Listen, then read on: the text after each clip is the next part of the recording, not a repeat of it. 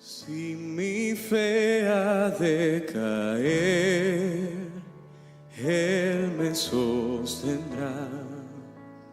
En la tentación yo sé, Él me sostendrá. No podría estar de pie en la oscuridad.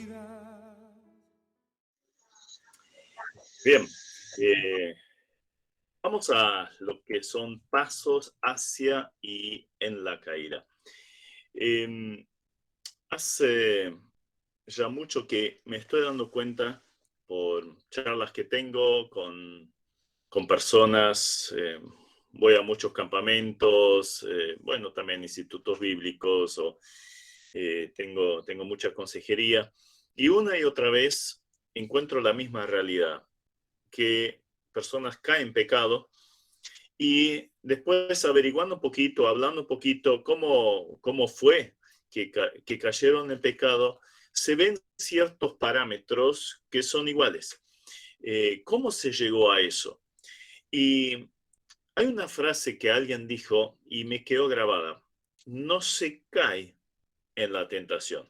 O sea, la excusa clásica es, vino la tentación, fue muy fuerte y yo caí en la tentación. Pero esto no es así, sino que se camina hacia la caída. O sea, hay una serie de pasos previos que se dan antes de caer. Y justamente los vamos a analizar en base obviamente a una historia bíblica para darnos cuenta en qué lugar nos encontramos, en qué peligro nos podemos encontrar, qué cosas debemos cuidar sobremanera y si la hemos descuidado, volver antes de caer. Pero también, si hemos caído, si hay ya algunas consecuencias de nuestros hechos, entonces también obviamente vamos a ver el camino a la restauración. Bien, entonces les invito a buscar Lucas, el capítulo 22. De mientras les cuento algo, hace unos cuantos años atrás, yo estaba visitando un ex compañero mío del Instituto Bíblico que era director de un hogar de niños en Brasil. Y el que había donado el predio para hacer el hogar de niños era un empresario cristiano muy rico. Había hecho un parque acuático justo al lado. O sea, todo el predio era de él, pero bueno, una parte la dedicó al trabajo con niños.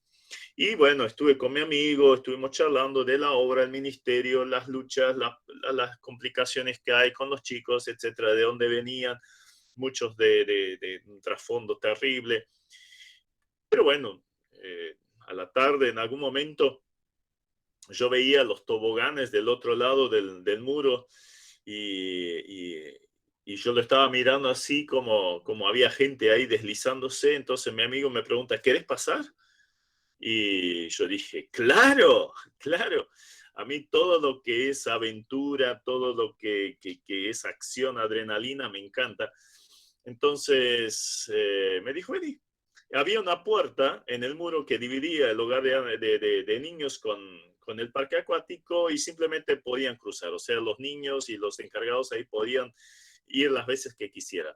Y claro, no me dejé rogar y pasamos al otro lado y bueno, pasamos una tarde fabulosa con todo tipo de toboganes y todo tipo de juegos acuáticos. Realmente fue maravilloso.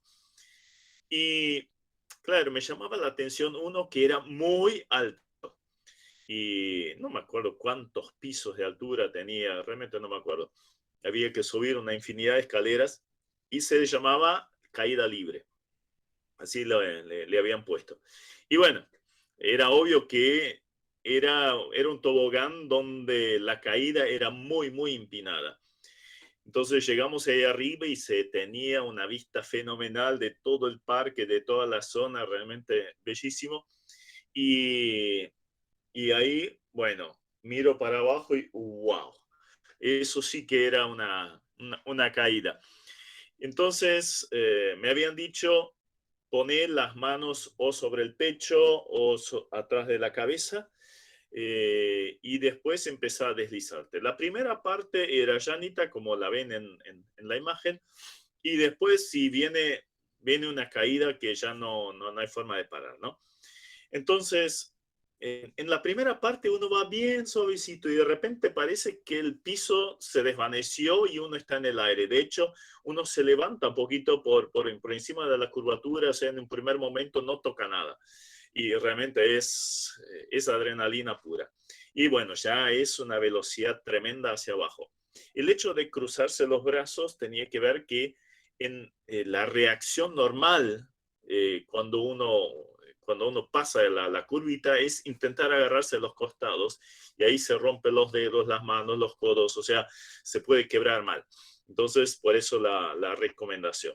Y después uno agarra una velocidad impresionante. Cuando uno llega abajo es realmente adrenalina pura. Y bueno, quisiera hablar acerca de esto. Pasos hacia y en la caída. Hay una parte, Janita, de la vida cristiana que uno podría decir, no pasa nada. No pasa nada con ciertas amistades, no pasa nada con estar en ciertos lugares en internet, no pasa nada, no pasa nada, no pasa nada, hasta que pasó. Y bueno, de esto vamos a hablar un poquito entonces. Habíamos dicho Lucas 22. Vamos a leer los versículos 31 al 34 en primer lugar, después vamos saltando algunos versículos. Dijo también el Señor, Simón, Simón, he aquí Satanás os ha pedido para zarandearos como a trigo, pero yo he rogado por ti que tu fe no falte, y tú una vez vuelto confirma a tus hermanos. Él, o sea, Pedro, le dijo, Señor, dispuesto estoy a ir contigo no solo a la cárcel, sino también a la muerte.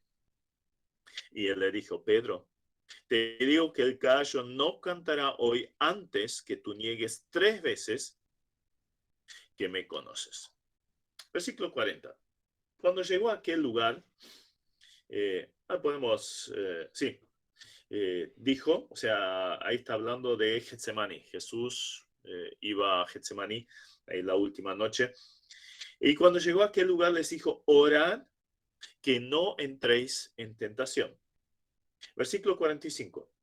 Cuando se levantó de la oración y vino a los discípulos, los halló durmiendo a causa de la tristeza. Y ahora pasemos al 54. Los enemigos del Señor vinieron, lo agarraron y prendiéndole, le condujeron a la casa del sumo sacerdote y Pedro le seguía de lejos. Y habiendo ellos encendido fuego en medio del patio, se sentaron alrededor y Pedro se sentó también entre ellos. Pero una criada al verle sentado al fuego se fijó en él y dijo, también este estaba con él. Pero él lo negó diciendo, mujer, no lo conozco. Un poco después, viéndolo otro, dijo, tú también eres de ellos. Y Pedro dijo, hombre, no lo soy. Como una hora después, otro afirmaba diciendo, verdaderamente también este estaba con él porque es Galileo. Y Pedro dijo, hombre, no sé lo que dices. Y enseguida, mientras él todavía hablaba, el gallo cantó. Entonces, vuelto el Señor, miró a Pedro, y Pedro se acordó de la palabra del Señor que le había dicho, antes que el gallo cante, me negarás 3 veces. Y Pedro, saliendo fuera, lloró amargamente. Si nosotros le preguntamos a alguien de la iglesia qué recuerda de la historia de Pedro, alguno dirá eh, el tema del llamado, otro dirá el que estuvo con el Señor 3 años, otro dirá que el tema de la elección y después el servicio, la pesca milagrosa, pero prácticamente todos nos van a decir la negación. Nos quedamos con lo negativo de las personas, con el fracaso de las personas. Muchas veces nuestra mente está enfocada a eso, o sea, ver lo negativo en los demás. Pero bueno, evidentemente la caída de Pedro fue fenomenal, fue muy triste. Y acá vamos a ver justamente pasos hacia y luego en la caída. Y esto lo vamos a observar acá justamente en Pedro. En primer lugar, ¿qué no hizo Pedro? Pedro no hizo caso a la palabra de Jesucristo. Jesucristo le había advertido, lo leíamos ahí en los versículos 31 y 32. Cuidado, Pedro, cuidado. Pero él no se dejó llamar la atención. Hasta se excusó. Hasta estuvo viéndose seguro. Entonces, no le hizo caso a la palabra de Dios. El primer paso hacia la caída es cuando nosotros descuidamos la lectura de la palabra, el estudio de la palabra de Dios, el congregarnos para escuchar la palabra de Dios. ¿Recuerdan lo que decía el Salmo 119, 9 y 11? ¿Con qué limpiará el joven su camino? Con guardar tu palabra. Y en mi corazón he guardado tus dichos para no pecar contra ti. Entonces, ¿en qué punto estás? ¿Estás descuidando la lectura, el estudio de la palabra? Te estás deslizando hacia la caída. En segundo lugar, él demostró una soberbia, una confianza en sí mismo. Había dicho así allí, Señor, estoy dispuesto no solo ir contigo a la cárcel, sino hasta la muerte. Pedro obviamente tenía una buena intención. Obviamente quería muchísimo a Jesús, pero era mucho boca para afuera. Pero le faltaba la verdad, la verdadera convicción en cuanto a esto. Incluso en otro pasaje paralelo, dice, aunque estos, señalando a los otros discípulos, se escandalicen de ti, yo nunca me escandalizaré. O sea, en otras palabras, contá conmigo, contá conmigo. Ahora, como si dijera, yo puedo, no necesito a nadie, soy más fuerte, soy más fiel que los demás. Si miramos el gatito este, me gustó la imagen, se mira al espejo y se cree león. Es eso lo que ve. Y muchas veces nosotros jugamos con el pecado, con la tentación, como que no, a mí no me va a pasar. ¿Recuerdan las palabras de Pablo, 1 Corintios 10:12? El que piense estar firme, mire que no caiga. Tercer paso hacia la caída, no velar en oración. Habíamos leído que Jesús, entrando en Getsemaní, versículo 40, les dice, orad para que no entréis en tentación. Pero, ¿qué hicieron los discípulos? Lamentablemente se durmieron. En lugar de velar, conocemos muy bien la historia. Jesús volvió, los encontró dormidos y eso un par de veces. Más tarde, Pedro mismo es el que escribe, obviamente, las cartas de Pedro. Y en 1 Pedro 5:8, justamente dice, sed sobrios y velad, porque vuestro adversario el diablo, como el león rugiente, anda alrededor buscando a quien devorar, al cual resistid firme en la fe. O sea, este Pedro que había fracasado, que había desoído el consejo del Señor de estar velando, más tarde dice, velad, sed sobrios y velad. Entonces, tercer paso hacia la caída es descuidar la oración. No tener vida de oración. Quizás me digas, pero yo oro. Claro, dando gracias por los alimentos, pero esto en medio minuto lo tenés hecho, ¿verdad? No, estoy hablando acá de una vida de oración. Pablo decía en 1 Tesalonicenses 5:17, orad sin cesar. Esto no significa que todo el día tengo que estar de rodillas frente a mi cama y estar orando. Y bueno, claro, tengo que trabajar, tengo que estudiar, tengo que hacer muchas cosas. Pero esa dependencia continua del Señor, eso es lo que busca Dios. Y obviamente dedicar un tiempo diario a la oración. El que no ora va camino a la caída y quizás, probablemente ya esté. Entonces, tenemos un tiempo de oración diario y frente a las diferentes circunstancias de la vida estamos orando.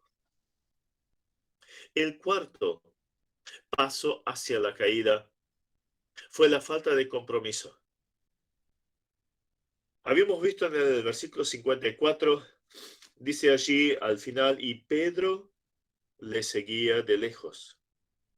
Al final del 55 dice, y Pedro se sentó también entre ellos. O sea, vemos allí a un Pedro que no se compromete con el Señor. Lo había seguido. Bueno, Pedro, genial. Había demostrado un amor que otros discípulos no mostraron. Los demás huyeron, se escondieron. Pero Pedro estaba ahí.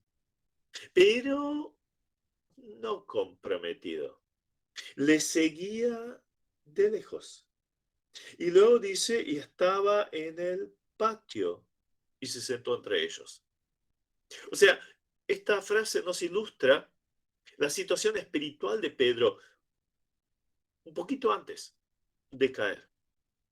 Esto sucede a muchos cristianos. Ya la cercanía del Señor, este primer amor ha desaparecido, se está a camino, un camino todavía paralelo. Los demás no se dan cuenta, pero nosotros ya nos estamos apartando. Nos estamos alejando. Yo les contaba de mi vida, yo sé lo que es vivir esta realidad. Ser cristiano, pero no estar comprometido con las cosas de Dios. Yo no predicaba, yo no oraba, no leía la Biblia y obviamente tampoco servía. Yo sé lo que es esta vida. Realmente es una vida miserable. Uno sabe lo que debería estar haciendo, pero no lo hace. Y eso es un punto de inflexión. Este es un momento crucial en la vida, porque ahí se decide hacia dónde uno va.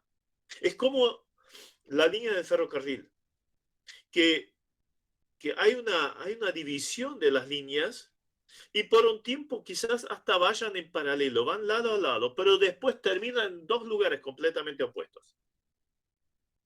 Acá cerca de mi casa pasa la línea Mitre que va a Suárez. Y una vez había ido al centro con un amigo y a la vuelta estábamos era un misionero de Brasil, estábamos tan compenetrados en la charla que me subí al tren, pero no miré si tenía destino Suárez o destino Mitre. Y ustedes sabrán que la línea Mitre tiene dos ramales, al principio van todos por uno, desde Retiro, pero después se separan. Y por un trecho todavía van lado a lado, pero después terminan en lugares completamente diferentes. Y fue lo que me pasó a mí. Terminé donde no debería estar. Y tuve que volver y la vergüenza con mi amigo. Además, otro misionero estaba haciendo un asado, se le secó el asado por culpa mía. Entonces, cuidado. El andar sin comprometerse con las cosas del Señor. El seguir al Señor de lejos. Bueno, voy a la reunión, estoy en la reunión, pero de afuera nomás. Adentro el corazón está muy lejos. Estoy sentado en una reunión, quizás mis pensamientos están en cualquiera. Estoy físicamente, pero espiritualmente realmente no lo estoy. Y ahí llegamos al punto de no retorno. Ustedes saben cuando un avión empieza a carretear, llega un momento del punto de no retorno. O sea, puede sonar una alarma y ahora ya tiene que levantar vuelo y después intentar volver y aterrizar, porque la pista es demasiado corta para frenar todavía. O sea, se va a estampar, se va a chocar y fue lo que pasó con este avión ahí en Aeroparque. Acá hay un punto de no retorno. Una vez que uno ha descuidado la palabra de Dios, se ha creído lo suficientemente firme frente a las tentaciones, ha descuidado la oración y anda alejado del Señor, lo sigue de lejos, sin compromiso, entonces uno ya está en la vueltita. Ya no puede frenar. La caída se va a dar. Ahora, vamos a analizar todavía la caída, porque vamos a ver diferentes áreas, diferentes aspectos dentro de la caída, que es muy llamativo que se dan. Por ejemplo, el tema del ocio. Lo vemos allí en Pedro. Pedro, en vez de orar para que el Señor le ayude en una situación tan difícil, estaba calentándose las manos ahí sentado sin hacer nada productivo. Allí adentro estaban maltratando al Señor. Bien sabemos que el ocio es el taller del diablo. no estar haciendo nada. Al no tener nada que hacer, nada útil y bueno, en lo cual nosotros pudiéramos enfocar la mente, entonces las fuerzas, las decisiones, bueno, se pierden en cosas indebidas.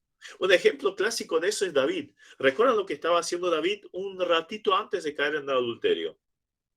En lugar de estar con el ejército enfrentando a un enemigo, todos sus hombres estaban en el campo de batalla.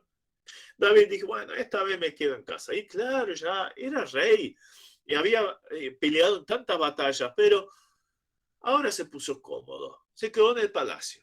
Y después, claro, ya no había más nada que hacer, ninguno de sus hombres estaba. Después de la siesta, ¿y ahora qué hago? Y empezó a caminar en el techo del palacio y ahí vio a una mujer que se estaba bañando. La codició, la llamó y adulteró con ella. Después hasta cometió asesinato para camuflar el pecado. ¿Dónde empezó todo? En el ocio. ¿Qué estaba haciendo Sansón antes de que le sacaran los ojos? Estaba durmiendo en el regazo de Dalila. O sea, seguía al Señor de lejos, estaba ya en el lugar equivocado. Ahora lo vamos a ver. Pero estaba durmiendo. Y luego se levanta y ya estaban los enemigos sobre él. Cuidado con lo que hacemos. Cuidado con estar tirado en la cama con el celular. ¿Qué estás viendo ahí? ¿Hacia dónde van tus pensamientos? ¿Algo bueno, productivo, sano, edificante? ¿Algo que podrías ayudar a otro? ¿O más bien te estás tirando abajo? ¿Estás cayendo? Bueno, esto fue lo que hacía Pedro. Él estaba en el lugar equivocado. Lo vemos allí en el versículo 55, ¿no? Estaba, y habiendo ellos encendido fuego en medio del patio, se sentaron alrededor y Pedro se sentó también entre ellos. Si ustedes se fijan, ese gatito acá está jugando con la vida, ¿verdad? Todos pastores alemanes, pero son perros policía, están entrenados, no se mueven a no ser por una clara orden de sus entrenadores. Si no, este gatito ya sería pelusa, o sea, no existiría. Pero este está jugando con fuego, ¿sí? Estaba en el lugar equivocado. Y bueno, Pedro también. Lo peor que puede hacer un creyente es estar en medio de un grupo de personas que no aman a Dios. Lógicamente hay situaciones en las cuales nosotros tenemos que estar, en el trabajo, en el colegio, en la facu, pero no tenemos que buscarlo a propósito. En nuestro momento de diversión o lo que fuera, no busques amigos inconversos. Recuerdo muy bien un muchacho que lo quiero muchísimo. Los papás creyentes involucrados en las misiones. Y el chico empezó a estudiar, empezó una carrera y después de salir de estudiar con los amigos, se iban a un bar de la esquina y tomaban unas cervezas. Y para divertirse, para pasar el rato, estaba en el lugar equivocado. Le gustaba esto, el compañerismo, el disfrutar, el estar con las demás, pero claro, de ahí no paró. Esa comunión lo iba corrompiendo cada vez más, al punto tal que empezó a tomar bebidas fuertes, más fuertes que la cerveza, bebidas blancas. Era capaz de bajarse una botella de vodka en una mañana. La tenía bajo el pupitre de la mesa de donde estaba estudiando. A ese punto había llegado su vicio, después todo tipo de drogas y cosas. ¿Dónde había empezado? En el lugar, estar en el lugar equivocado. Amistades equivocadas. Ahí empiezan conversaciones sucias, prácticas inmorales, internet, películas, etcétera, ¿no? Chistes subidos de tono. Usted conoce todo esto.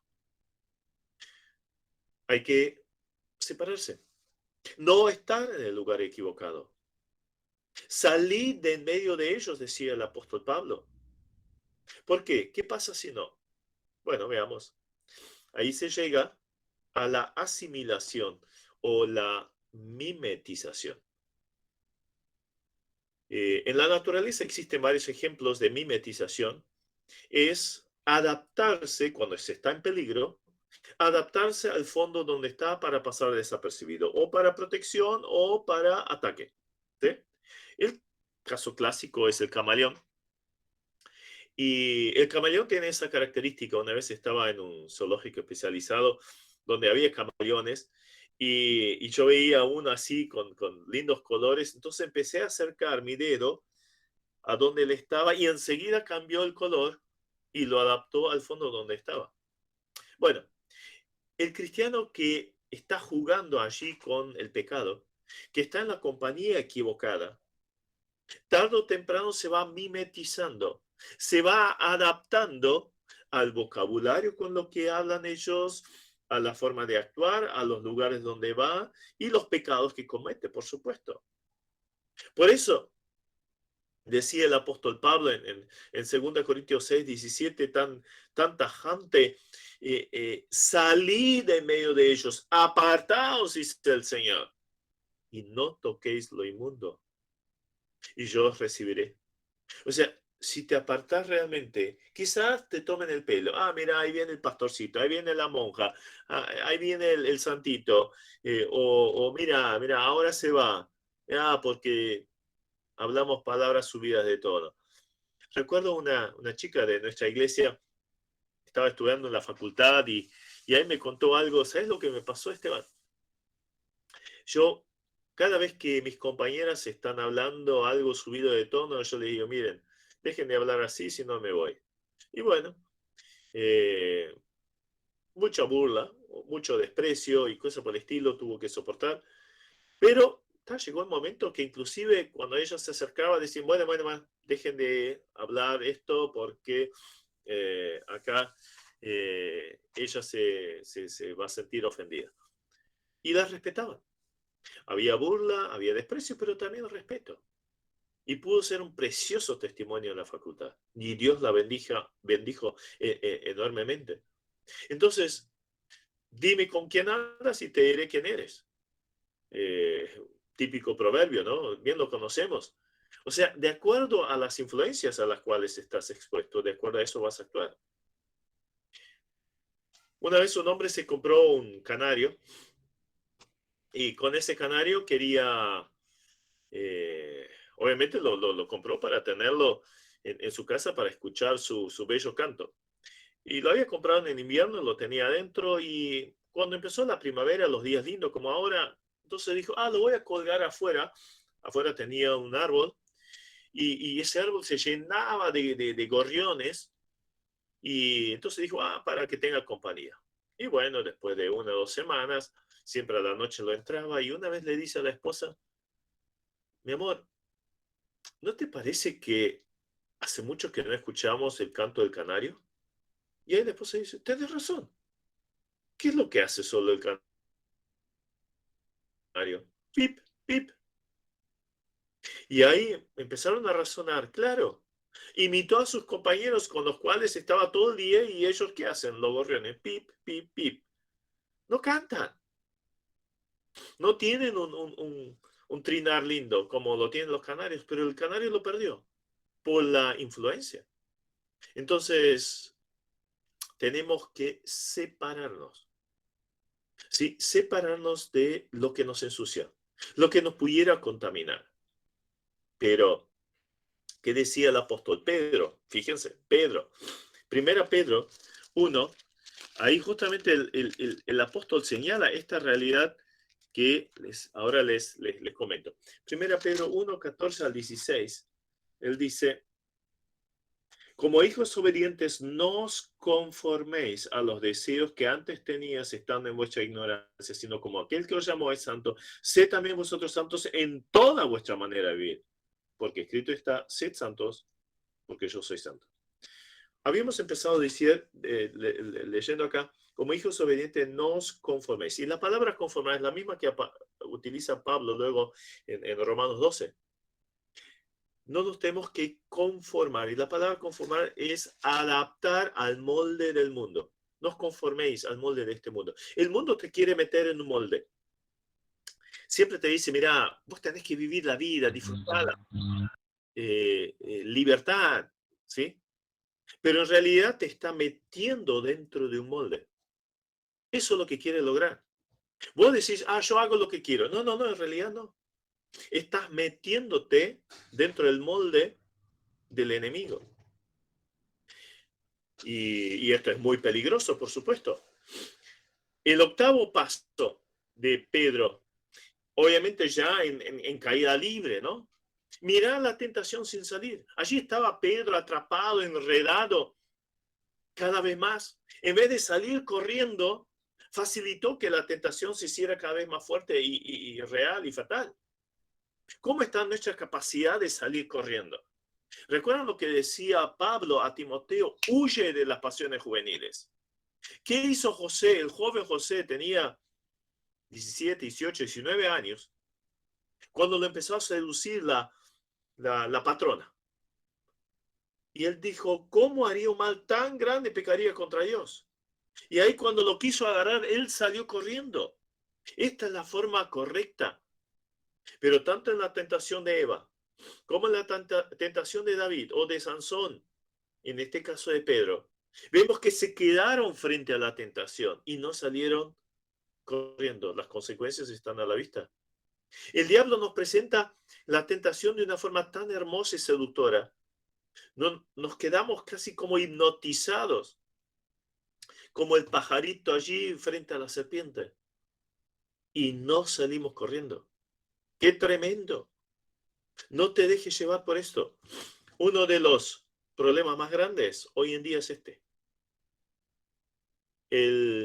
Más del 60% de los chicos mira pornografía. Más del 54% de las chicas cristianas en Argentina mira pornografía. Chicas cristianas estoy hablando. Cuidado con esto. Ponelo lejos, no cerca de tu cama. Que no sea lo último que estés viendo. Lee la Biblia para terminar el día. No lo lleves junto al baño. Podría ser el motivo por el cual vas a caer. No te quedes embelesado frente al pecado. Pero luego siguió el miedo. Claro, allí estaba Pedro sentado entre los enemigos del Señor. ¿Se sentiría cómodo? Seguramente que no. Una vida en la hipocresía siempre conlleva el miedo de que en algún día, en algún momento, todo salga a la luz. Que los que nos rodean se den cuenta quién soy realmente.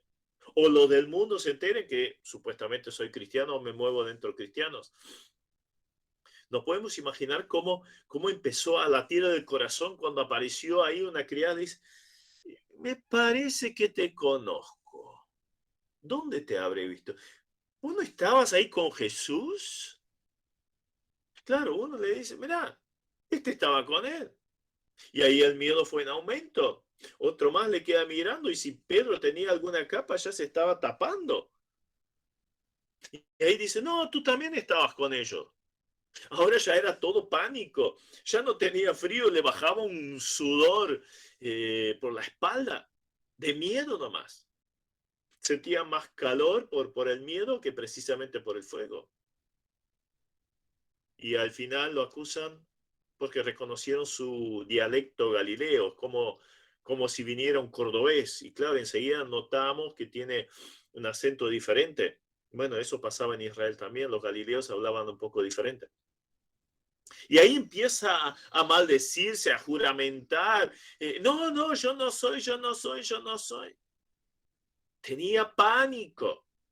Ese miedo también lo tuvieron Adán y Eva, se escondieron cuando apareció el Señor en el Edén después de que ellos pecaran. Ese miedo lo sintió David. Intentó camuflar el pecado que había cometido con Betsabé, llegando inclusive a matar a un hombre con ese camuflaje. Cuando te encontrás jugando con el pecado, ¿no es así que tenés miedo a que te descubran? Luego de cometerlo, tenés miedo a que salga a la luz lo que hiciste o las consecuencias, la deshonra, la vergüenza. ¿Nunca te pasó que tenías miedo a que te preguntaran tu opinión en un grupo de personas inconversas y decir, no, pero claro, si acá digo mi opinión, se van a burlar de mí porque van a descubrir que soy cristiano? Ahí buscas desesperadamente alguna excusa, alguna mentirita para zafar. Miedo. Salomón decía, el temor le pondrá lazo. mas el que confía en Jehová será exaltado.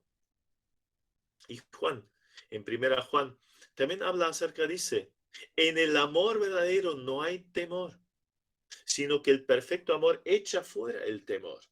El amor divino, cuando realmente estamos compenetrados, cercanos al amor divino, lo experimentamos personalmente y lo transmitimos de vuelta, entonces no tenemos que tener temor. El temor lleva en sí su castigo, dice la palabra. Y eso demuestra que no hemos sido perfeccionados en amor, como justamente dice el apóstol Juan, primera Juan 4:18. Ahora, los pasos en la caída siguen. Llegó la negación, llegó el pecado, claro. Ya venía en caída libre, no había forma de parar eso. Iba a caer, iba a fracasar. Ese Pedro que antes había dicho, estoy dispuesto a ir contigo a la cárcel y si fuera necesario hasta la muerte, ahora negó al Señor. Y qué enfático lo hizo. Pero no terminó ahí. Lo hizo una vez, una segunda vez, una tercera vez. Acostumbramiento al pecado. Es que cuando empezamos a pecar, la primera vez, oh, mira, ay, me dolió, ay, qué horrible cómo me mandé esto. Si no nos arrepentimos de veras, la segunda vez va a ser más fácil, la tercera más fácil todavía. El virus infeccioso, el pecado nos va tomando completamente. Sí, uno se acostumbra al pecado. Una mentira lleva a otra, a otra, a otra, y después ya es todo un andamiaje de mentiras y en algún momento se cae todo, obviamente. Y para zafar o excusarnos, va otra mentira. El que empieza robando algo chiquito, después roba cosas más grandes. El que empieza con pornografía por curiosidad, después es por adicción. El que empieza con la droga, un porro, no pasa nada. Y después es más, después cocaína, ¿saber qué? El hacer una pequeña concesión con el pecado, después lleva a la segunda, a la tercera, y así sucesivamente.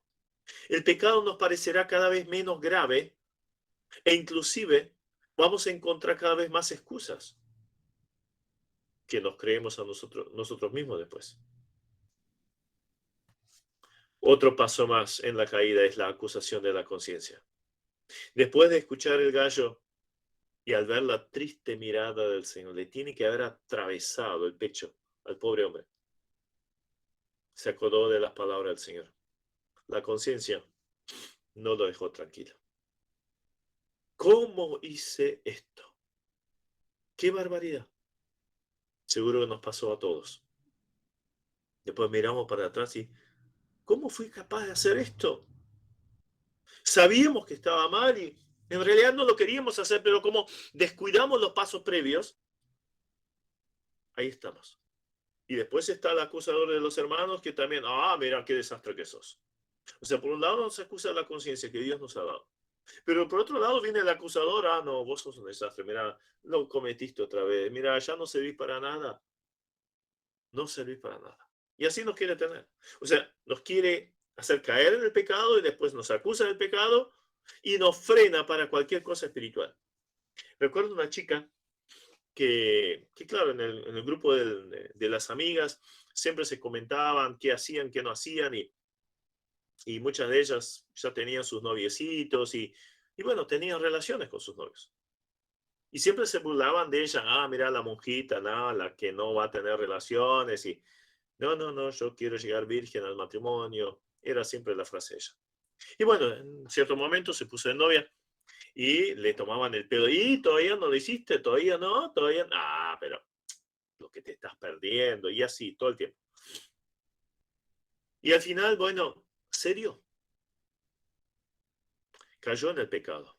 Y luego vino y le contó a las amigas, sí, tuvimos relaciones.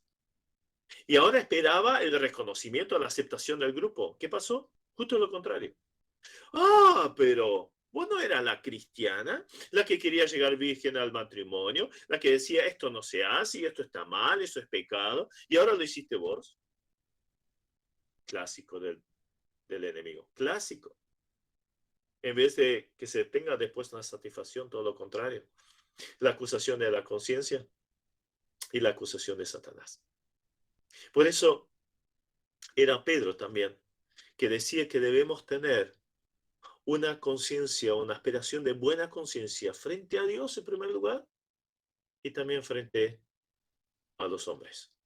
Esto está en 1 Pedro 3, 16 y 21.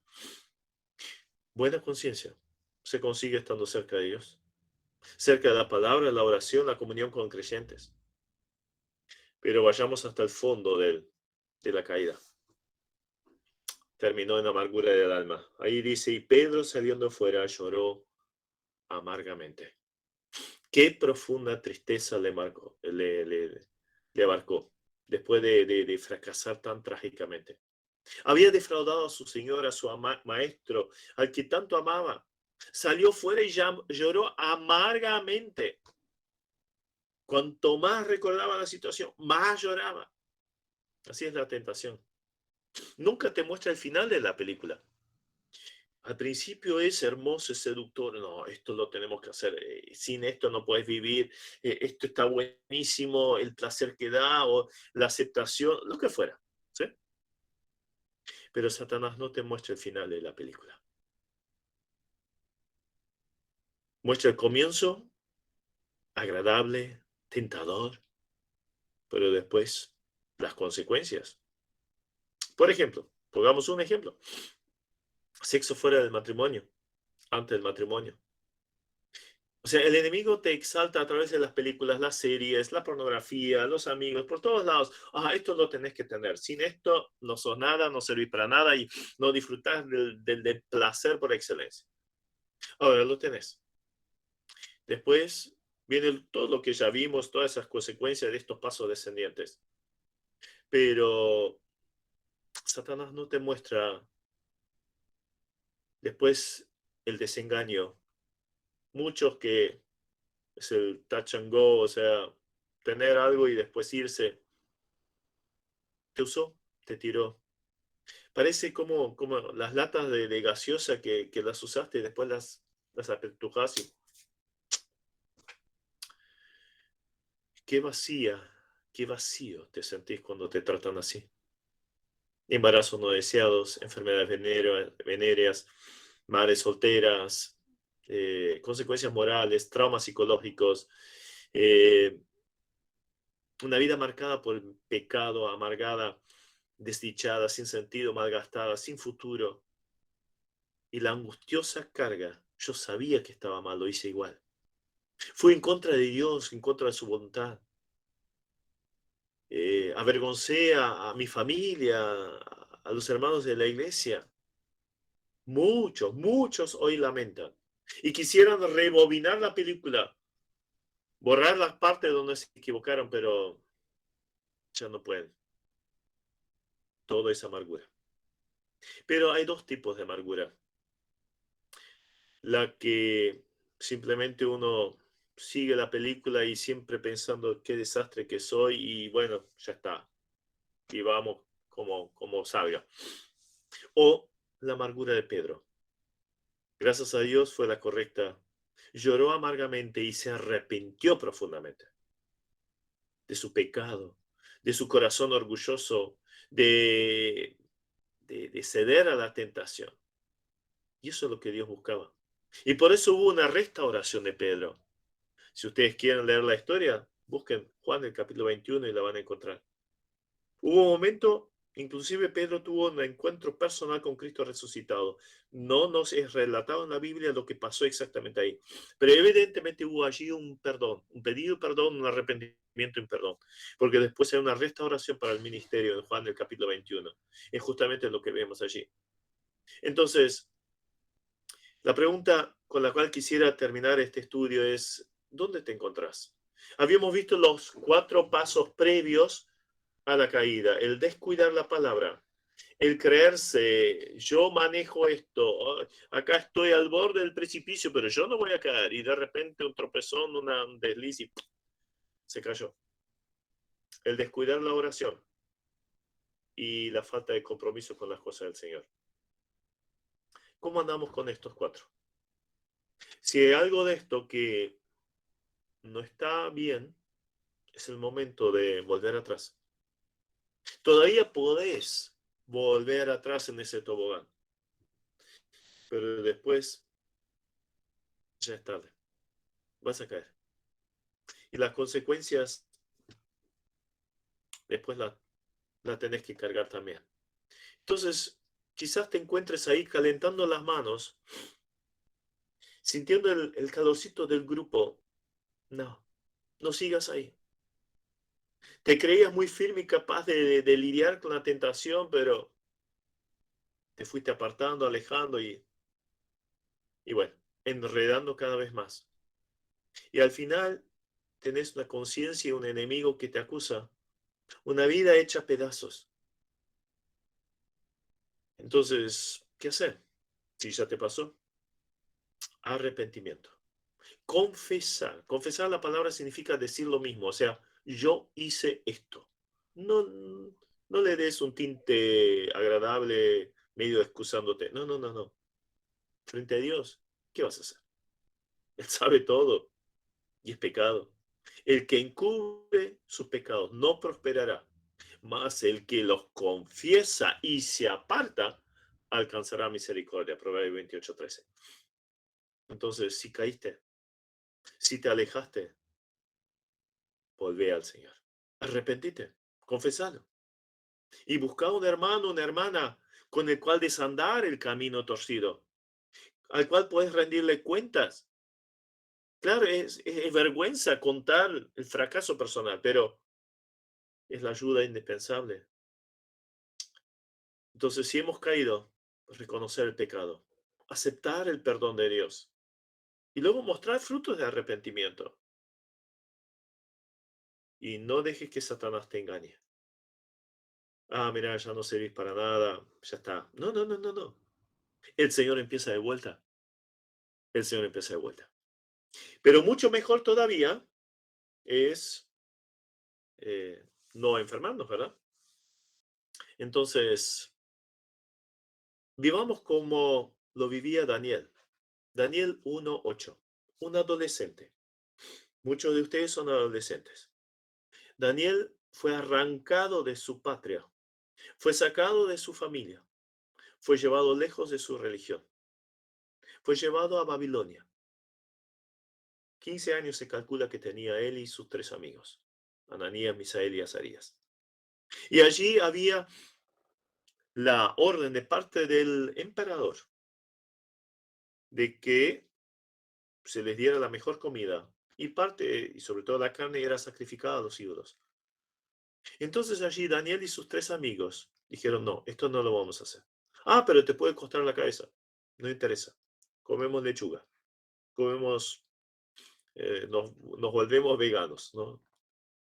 Eh, y, pero por amor al Señor, los que no comieran carne. Obviamente lo hacían. Cada israelita come carne.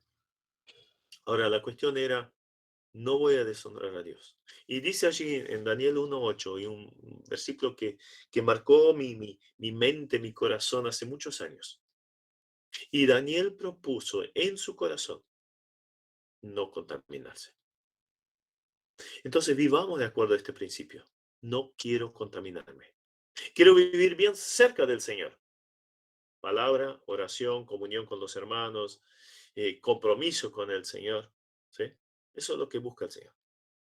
Y después confiar en Él, aferrarnos de Él. Y para cada punto débil hay al menos un versículo o varios, aprenderlos de memoria, para que la palabra de Dios esté en tu corazón y el Espíritu Santo te la pueda recordar en el momento de la tentación. Y si ya fracasaste varias veces con la misma, entonces planifica una estrategia. De antemano la tenés que tener en clara. Yo voy a hacer tal cosa si vuelve a venir la tentación. ¿Qué vas a hacer, por ejemplo? Tentación de la pornografía. Pon el celular lejos. No lo lleves a tu pieza. Déjalo fuera. Cuando venga la tentación, empezá a hacer abdominales al lado de tu cama. Va a servir para tu físico, pero sobre todo para tu mente y para lo espiritual. Y así con todas las áreas. ¿Sí?